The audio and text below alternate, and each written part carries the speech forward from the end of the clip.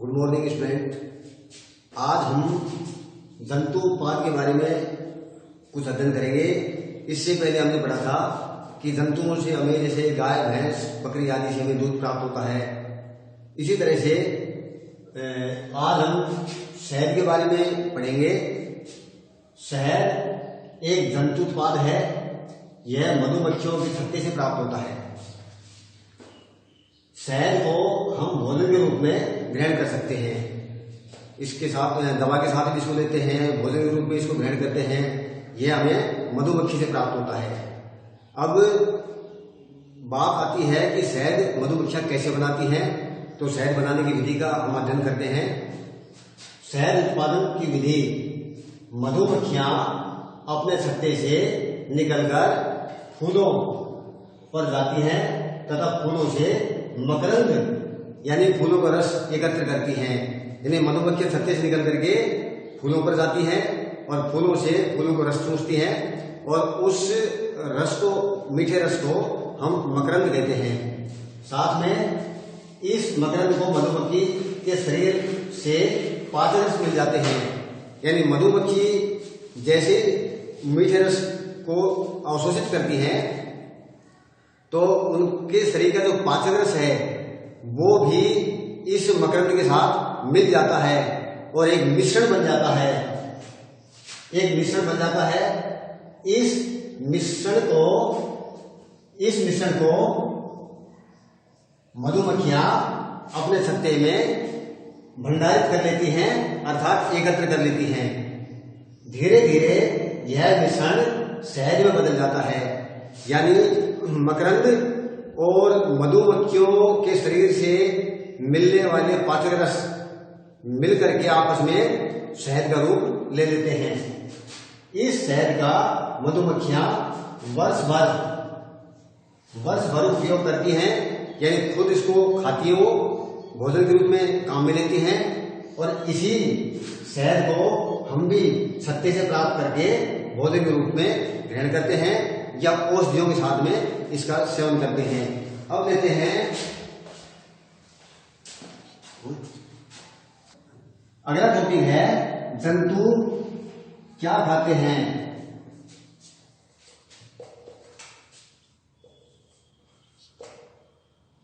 आप लोग जानते हैं कि कुछ जंतु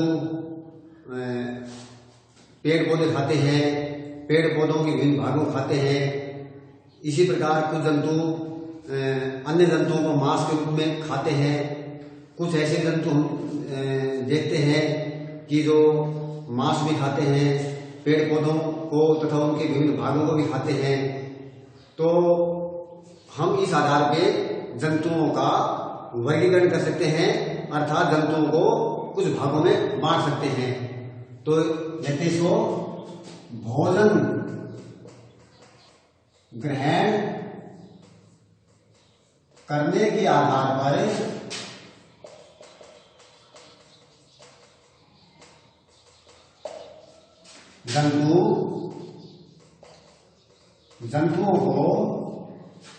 जंतुओं को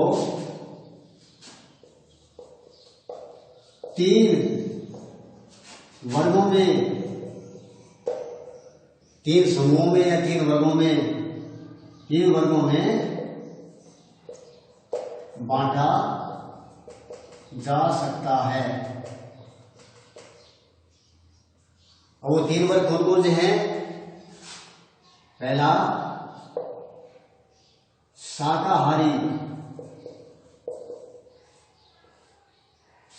जंतु। वे जंतु जो पौधों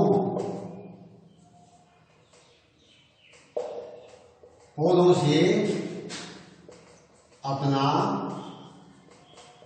भोजन प्राप्त करते हैं,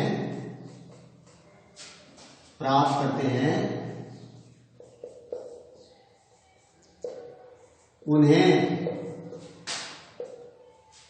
शाकाहारी जंतु कहते हैं।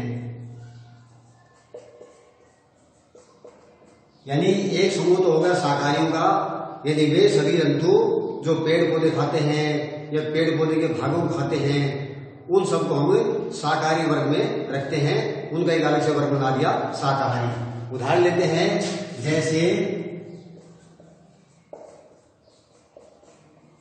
गिलहरी, खरगोश, हिरण, गाय, भैंस आदि। ये सभी जंतु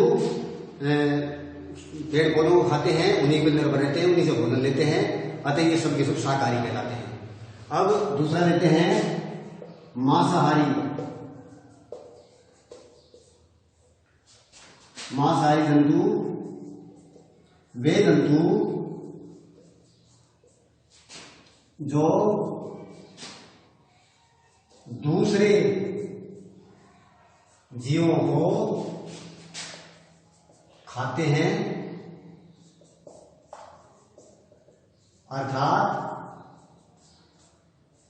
मांस खाते हैं,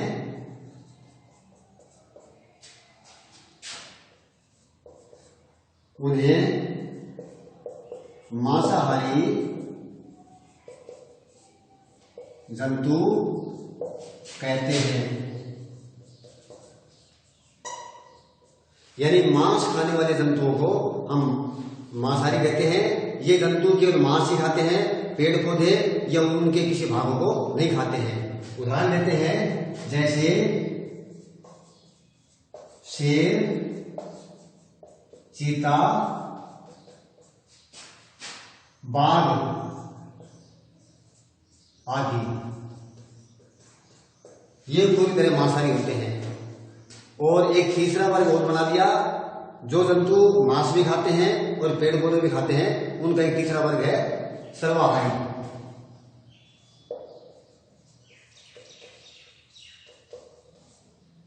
सर्वाहारी जंतु वे जंतु जो मांस तथा पादप या पौधे भोजन के रूप में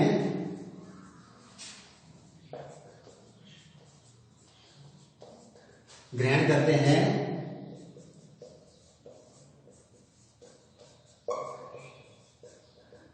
उन्हें सर्वाहारी कहते हैं। सर्वाहारी जंतु कहते हैं। और कौन कौन ऐसे जंतु हैं जो सर्वाहारी हैं? जैसे कुत्ता, बिल्ली, मानव, ये सब सर्वाहारी हैं, यानी दोनों प्रकार का भोजन करते हैं। इसी तरह और भी हैं, जैसे कौवा, पक्षियों में कौवा आदि। अब हम इस पाठ के प्रश्न उत्तर लेते हैं, यानी पाठ के अंत में जो प्रश्न आते हैं उनको हल करेंगे। क्या सभी जीवों को, पहला सवाल है प्रश्न 1, क्या सभी जीवों को एक ही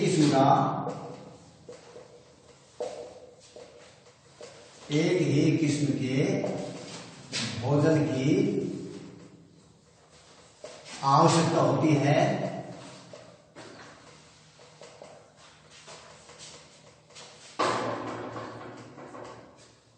ये प्रश्न हमारा उत्तर है इसका नहीं। सभी जीव एक ही प्रकार का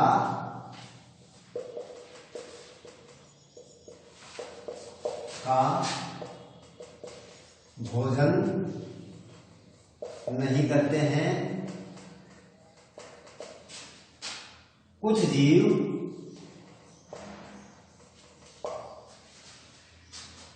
पौधों से भोजन प्राप्त करते हैं,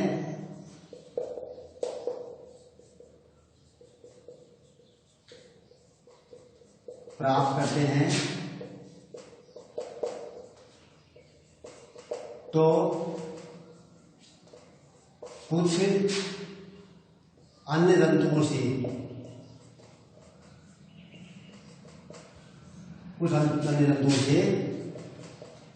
भोजन प्राप्त करते हैं।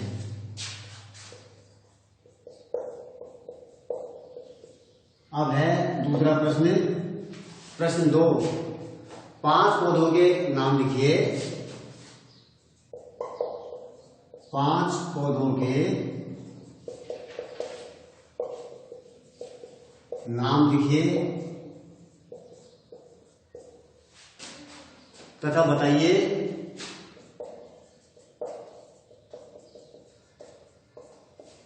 कि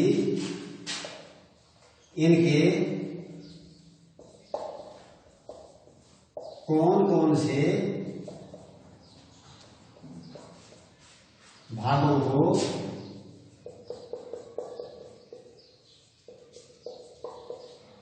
हम भोजन के रूप में ग्रहण करते हैं।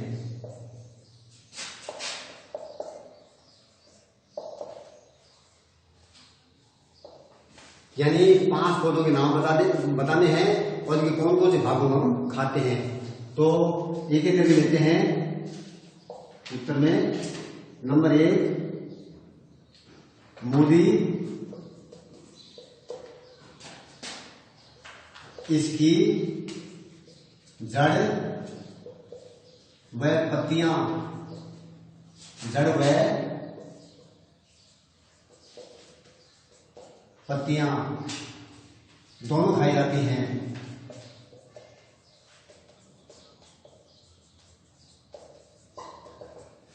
अगला लेते हैं आलू,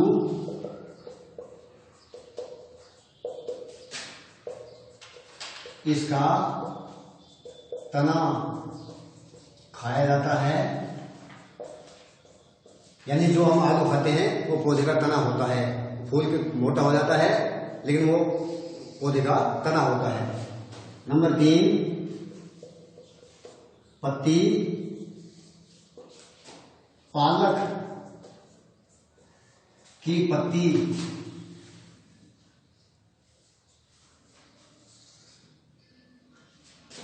खाई जाती है।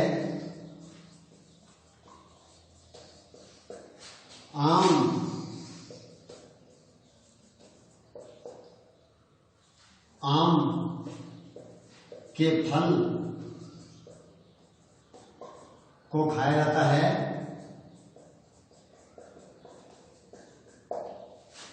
इसी प्रकार नंबर 5, फूल गोभी,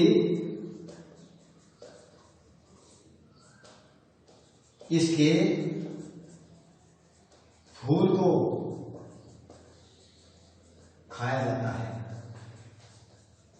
इसी तरह गुलाब के फूलों को भी हम खाने काम में ले सकते हैं। और अब लेते हैं खाली जगह।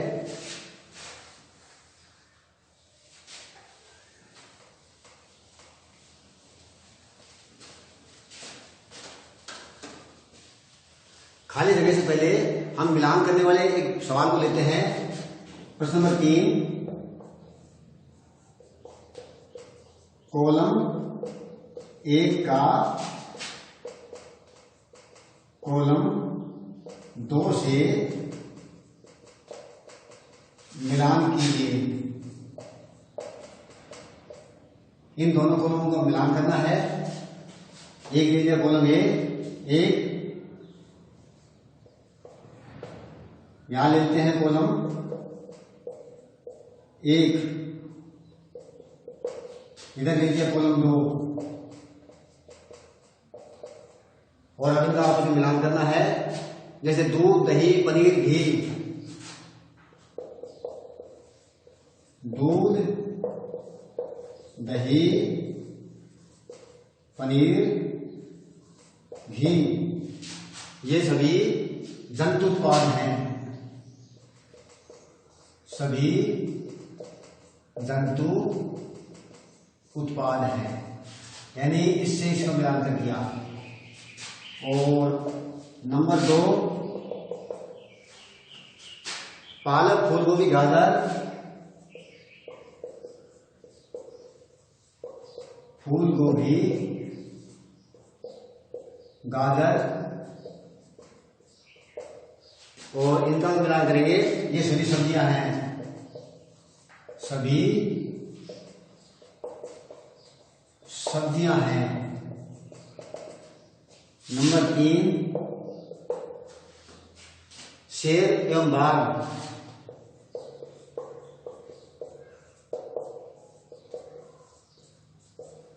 ये शेर बाघ ये दूसरे जंतुओं को खाते हैं।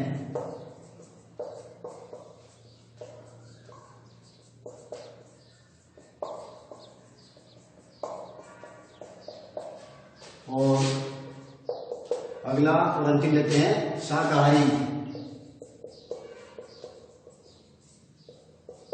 इनका मिलान करेंगे, पादप उत्पाद खाते हैं, पादप व पादप उत्पाद खाते हैं। पादप कहते पौधों को, जैसे शाकाहारी होते हैं पादप खाते हैं, और पादप उत्पाद उनके फल आदि उनको भी खाते हैं, ये बोल देते हैं। और अभी लेते हैं खाली जगह। अब इस पाठ का अंतिम प्रश्न लेते हैं, जो कि रिक्त स्थान का है। दिए गए शब्दों से रिक्त स्थान की पूर्ति कीजिए। हमें ये शब्द ऊपर दिए हुए हैं, शाकाहारी, पादप, दूध, गन्ना, मांसाहारी। इन शब्दों से हम खाली जगहों को भरेंगे। पहला प्रश्न लेते हैं, बाघ एक है क्योंकि ये मांस खाता है। बताओ बाघ क्या है? यह मांसाहारी है। बाघ एक, ये ले लेंगे मांसाहारी, मांसाहारी, इसमें भर देंगे मांसाहारी, ये भर दिया, इसको अंडरलाइन कर देते हैं। इसके बाद में दूसरा सवाल है, हिरण केवल पादप उत्पाद खाता है और इसलिए इसे जो पौधे खाते हैं उनको क्या कहते हैं? शाकाहारी। ये हो गया शाकाहारी, शाकाहारी, इसको अंडरलाइन कर दिया। अब तीसरा प्रश्न है, तोता केवल खाली जगह उत्पाद खाता है। कौन से उत्पाद खाता है? पादप उत्पाद, यानी पादपों के फल खाता है, बेर आदि। तो ये इसमें आ जाएगा पादप, पादप उत्पाद खाता है, इसको अंडरलाइन कर देंगे। अब है अगला सवाल, जो खाली जगह हम पीते हैं वह प्राय गाय, भैंस या बकरी से प्राप्त होता है। तो गाय, भैंस, बकरी से हमें क्या प्राप्त होता है? दूध। दूध, तो इसमें दूध लिखा जाएगा, दूध, और इसको अंडरलाइन कर देंगे। लास्ट सवाल है, हमें चीनी खाली जगह से मिलती है। हमें चीनी किससे मिलती है? हमें चीनी गन्ने से मिलती है, इसमें लिखेंगे गन्ना।